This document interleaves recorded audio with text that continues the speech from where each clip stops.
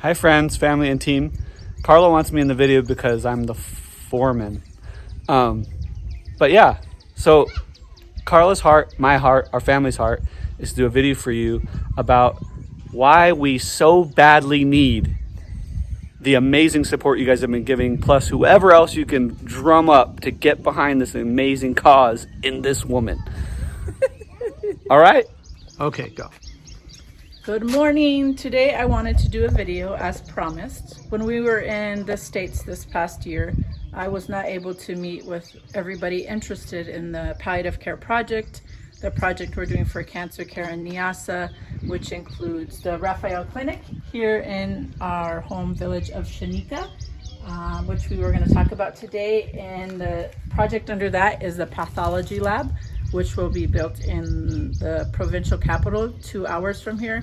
That all goes together. So today I'm going to show you around because we're in the final phase of, we're done with construction, which we talked about, but we're in the final phase of finishing off the building, which includes what we call the rendering.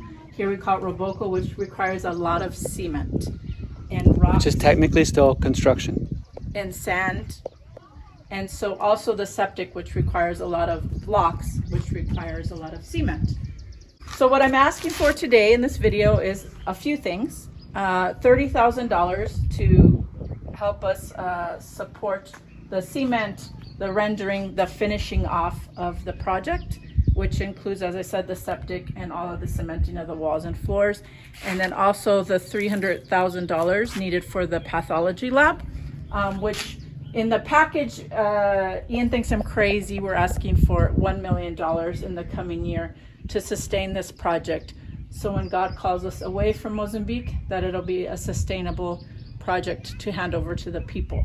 So I'd like to take you on a little tour today to show you what's going on. Follow me, Ian. Friends, you'll probably get to see the rendering that she's talking about on one of the walls, which will be really good for you to see the difference between this wall and what it'll look like. So as you can see, we've been doing some construction in here, but the lighting is up. Ian can actually turn on the light for you. You can see because of our solar system that's been put in. So this is the kids therapy room, and we'll go show you the other room with the solar system. So this room will be the palliative care office, work with our partners, working with the government health officials. And this is where we also store our solar system. Thank you to you donors who helped get this. So this is our solar system.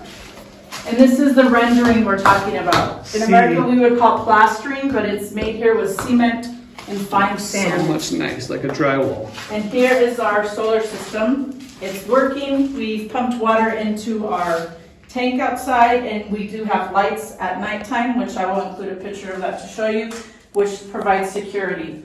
So this will be a little office, as you can see, and then we'll just take you through this walkway, which you've been through before, but some of you may not have seen.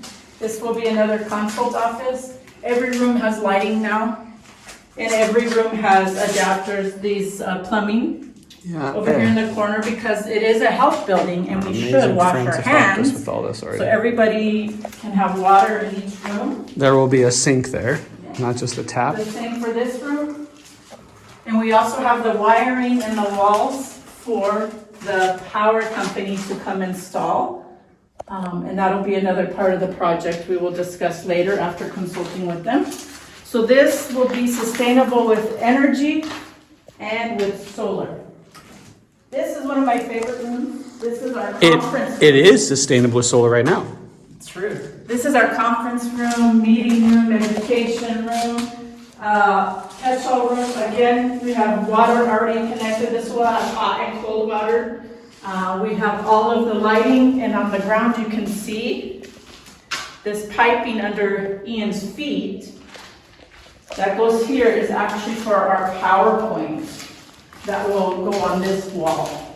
So all this wall, all the walls need this rendering, which needs a lot of cement. And we have a small team from our other colleagues that will come for a month and do all of this rendering. And the floor. Flooring will be last because, you know, when you render a wall and you slop stuff on the ground, That would be the last thing to be done. So the floor is, show them how thick the floor has to be. Yeah, if you can see the doors here, how high they are. So the flooring will be that high and it'll be finished really nice. So we're gonna take you back out this way here. And these doors are connecting because this is a training center. This is where we disciple other healthcare workers to work with cancer patient, palliative care patients, which include children with special needs, those living and dying with cancer. So the idea is that we work together as a team. Each room can have 2 areas, 2 desks for clinicians to work together and to partner together to have the best outcomes for patients. Follow me to the septic, Ian.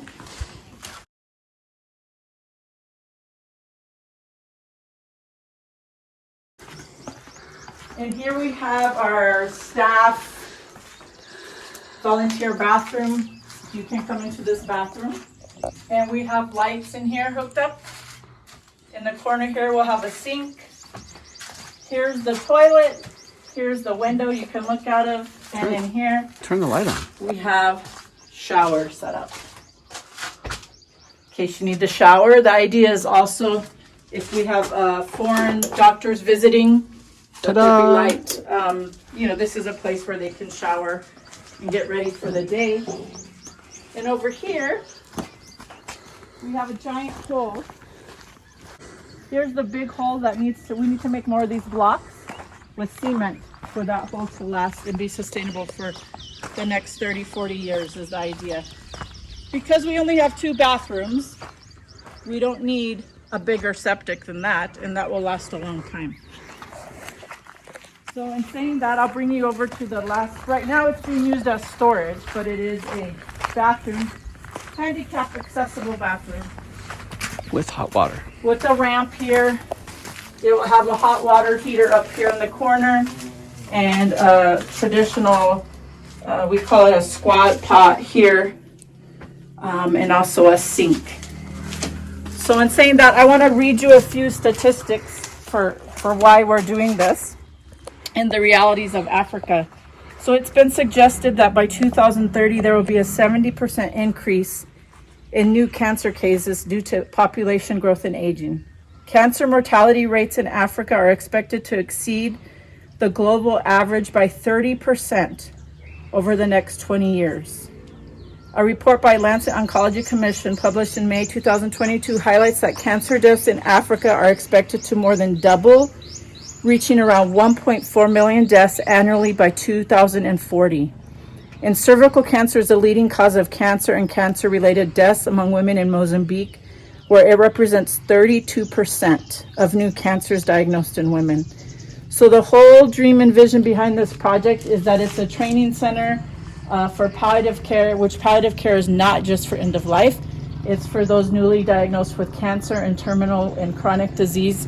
And the plan is to do training here and to be a hub for the community that feeds into the hospitals. And that's why we also need this pathology lab in Lishinga, because we need to be able to diagnose the cancer, to verify and give people peace of mind that it is actually cancer. So we don't remove a breast because we think it's cancer, it's removed because we know it's cancer. So we would just like to ask you to pray, to consider partnering with us as we move forward. I know it's a big ask, it's end of year. If you would like to contribute for an end of year gift, if you would like to partner with us monthly, if you would like more information, please reach out to us. Our goal is to provide dignity during life and dignity during death in this project. Thank you.